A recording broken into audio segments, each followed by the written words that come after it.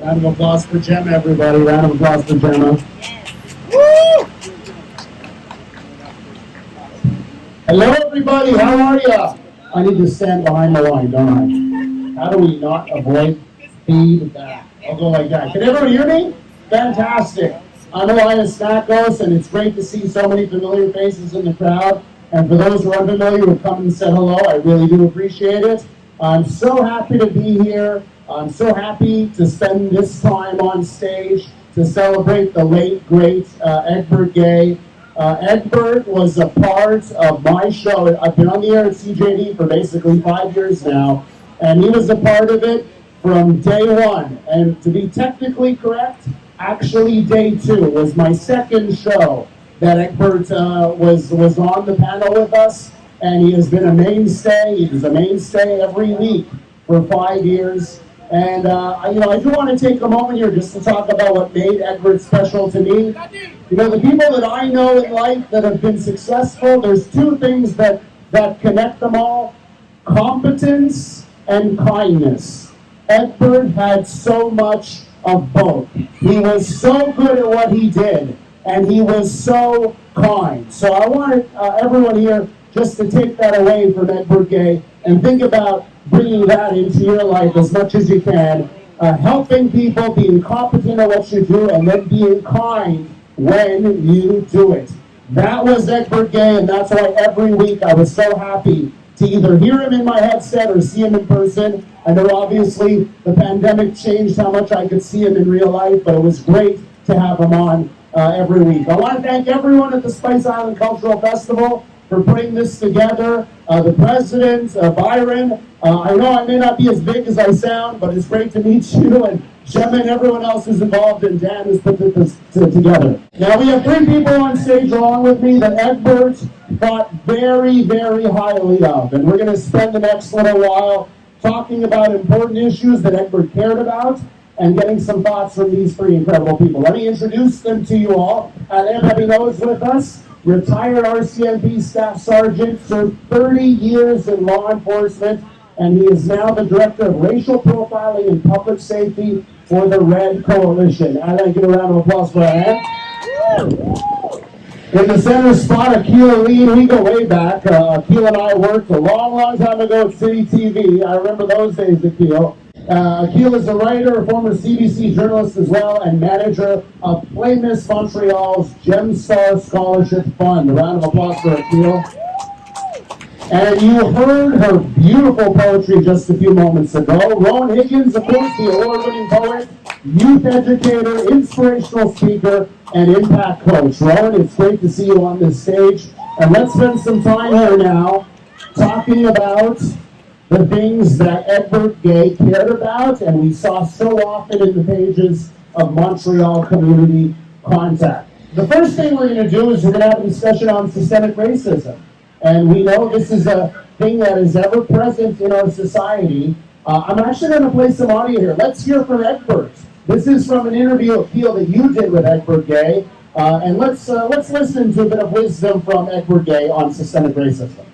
Racism means something else to people who follow in that nationalist pathway. Systemic racism means something different. The ingrained racism that has permeated all institutions of society, that is what it is. And so you look for reflections of systemic racism in people in the workplace, how people are educated, how people are housed, and how people are dealt with in the healthcare system. That's where you see it. And you look across Quebec and you can see it clearly. We have a government that has a minister for the fight against racism, Christopher Speed.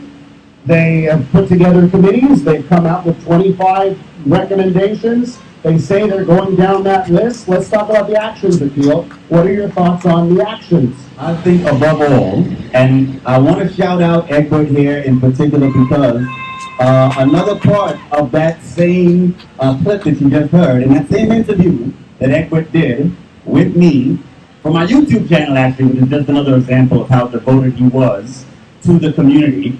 He was willing to take time out of his extremely busy schedule to give me a comment from our rinky-dink little YouTube channel. So in that same segment, I remember he talked about how important it is that the actions not merely involve things like, for example, hiring more people of color or black people in particular for certain government agencies, although that may be part of the solution. I remember he said you also have to make sure you change the institutional incentives that they face once they're in those jobs. In fact, I remember doing another interview several years ago, back in my City News days, when Elias and I were still colleagues. And the SPVM had just released a report on racism on the Montreal police force. And I remember I interviewed Egbert for that segment as well. And he said, you know, it's not enough just to hire more black police officers, because if they are brought into a system that is tainted by systemic racism, right? If they face incentives to police in a discriminatory manner, they're just going to respond in the same way to those incentives as police of any other backgrounds. And so those were the kinds of insights Egbert had to offer, and I agree wholeheartedly with that. Yeah! Thank you, Akil. Now, anyone that listens to my show knows that I always love to focus on I'm an optimist. I'm an optimist in life, and I believe that you have to be positive to actually enact change. I find too often we get sort of trapped in a spiral of negativity, and things don't change when we're too negative. So I want to actually look, because all of you, all of us, are fighting for a better world. And things, in my opinion, things are getting better because we keep fighting for it. Yes, I would agree that things are beginning to improve and continuing to improve. I want to echo Roman's sentiments, because obviously education is key, consciousness is key, and I think the fact that we're having these conversations as well as specific policy recommendations from the government is part of that improvement, part of that positive change, because that gives us opportunities to drill down into specific changes, policies that can be modified or introduced in order to change, like I said, the incentives that, for example, are faced by people in law enforcement, people in housing and the healthcare system. I believe by housing is one of the topics we're going to be tackling later on. So, you know, I do think that I don't know that we would have been having this conversation a quarter of a century ago. You know what I mean? Certainly not in this form. And I do think, particularly since, the murder of George Floyd 3 years ago and everything that's happened since then, I think a lot of folks who used to sort of breeze past the topic of systemic racism are starting to take it seriously, even if they might prefer not to in certain quarters. And I think that is not the beginning of the end, but the end of the beginning of that process. Let me bring it back to you guys. Are you guys going to keep looking, or do we need to look towards leaders? Do we need to look towards every single person here? If there hasn't been the improvement that we want, where do we look? Because maybe we've been looking too much at leaders, or we need to look somewhere else. What do you thoughts? I think every one of us has a role to play. I think each one of us has to figure out where basically do a serious self-inventory, figure out each of our own talents and how best those talents can be put to good use in the struggle to bring about the change that we seek, right? It's partly a question of division of labor, if you'll forgive my use of economics jargon. We all have different skill sets.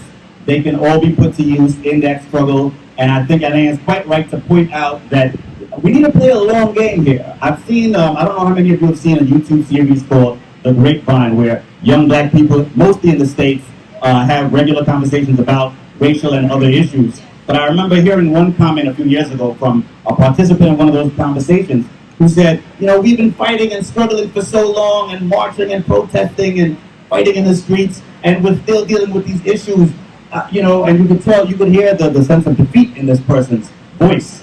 And I remember saying, but we all have to put these things in perspective, right? Like Alain just pointed out quite rightly, our ancestors struggled through literal chattel slavery for hundreds of years, right? Imagine living your entire life, cradle to grave, womb to tomb, enslaved, not just mentally, but physically and legally, knowing that your children and your grandchildren, your grandchildren's grandchildren, for all you knew, would be enslaved after you. And still never letting that stop you from continuing the struggle. That's the kind of dedication we have to have. We need to recognize we're always going to have to be vigilant about this. And I do think that essentially, it's a journey, not a destination. That's the way I would sum it up. So let's move on to another subject that Egbert and I talked about a lot on my show, and that's immigration. This has been such an issue here in Quebec. Of course, Quebec controls the vast majority of its immigration. I want you to listen here. This is a section from our program. This is Egbert and I in a conversation about how Quebec chooses its immigrants. And of course, language now is the #1 factor. Have a listen. It's not a cherry picking that we want to make immigration to be. Immigration should be something bigger than that, what it used to be. The movement of people from one country to another country for various reasons, not because they can speak a language. And so just need you to understand that. People want to move to Canada. Quebec is part of Canada. Allow Quebec to integrate the immigrants properly when they come here. If it's along the language lines, that's fine. But the thing, we're going to choose 50,000 people basically because they can speak French. And we would come here in the society where they're still being targeted for all kinds of ugliness, including driving, including the way they find housing. Racism is still there, whether you can speak French or English, if you're black. So the thing is, we've got to talk about proper integration. And we've got to talk about bringing enough people, allow them to work, allow them to go to school and to build themselves. Immigrants are supposed to do. Not go and look for people who speak French and who can fit in their certain capacity. That's not what immigration is. That's called cherry picking. And rich countries have been doing that for so long, depleting important resources in poor countries. So allow immigration to be itself. And don't go and take the best of the civil society and bring them here and expose them to all kinds of ugliness. The voice of the late great Egbert Gaye there. Now you heard Egbert talk about cherry picking on immigration. So here's my first question on the panel. I'll start with you, Akil. Is it reasonable for Quebec to expect its immigrants to speak French? I do not think it is reasonable to expect all immigrants to be able to speak French right off the bat, or to have to learn it within 6 months, which I think is ridiculous. I do not think that is a reasonable expectation at all. Do I think that it makes sense for Quebec to encourage immigrants who speak French already to come here? Absolutely. I'm all in favor of preserving and promoting Quebec's distinct French-speaking character. But do I think it makes sense to say we're either only going to take in immigrants who already speak French, or we're only going to take in those who speak French and those who, or those who are able to learn the language in a mere 6 months?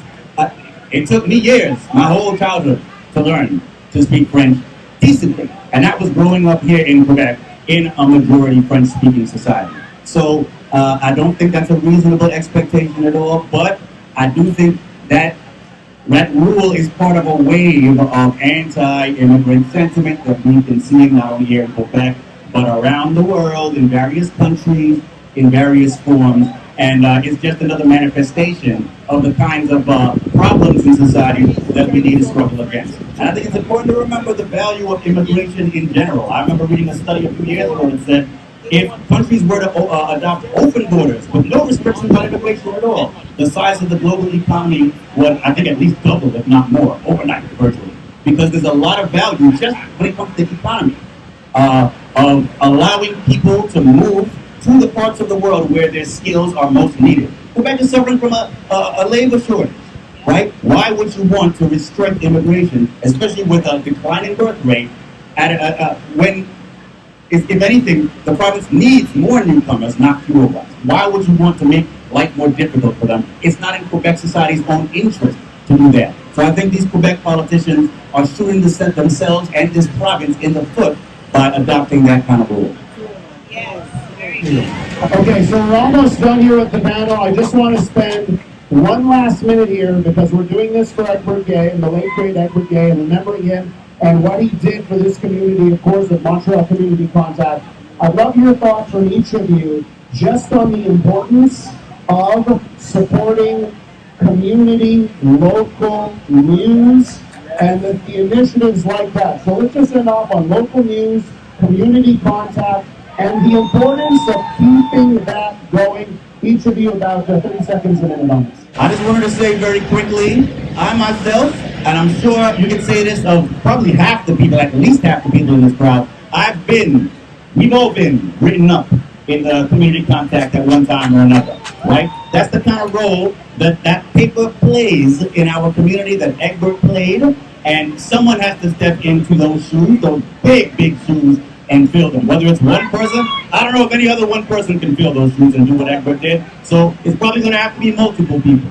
But like Rowan said, we need to be the ones to tell our stories and keep that going. I've seen too many black community institutions that I remember from my own childhood that are no longer around. We need to bring greater sustainability and durability to those institutions, and community news, local community news, is one of the main and most important such institutions. Thank you so much. Let's give a round of applause for Akil and Rowan for joining us this morning on stage. I want to thank all. Listen, let's just have a party the rest of the day. Let's celebrate Egbert as well in that and enjoying this incredible day here at Gaye Park. So thank you all for coming out for this.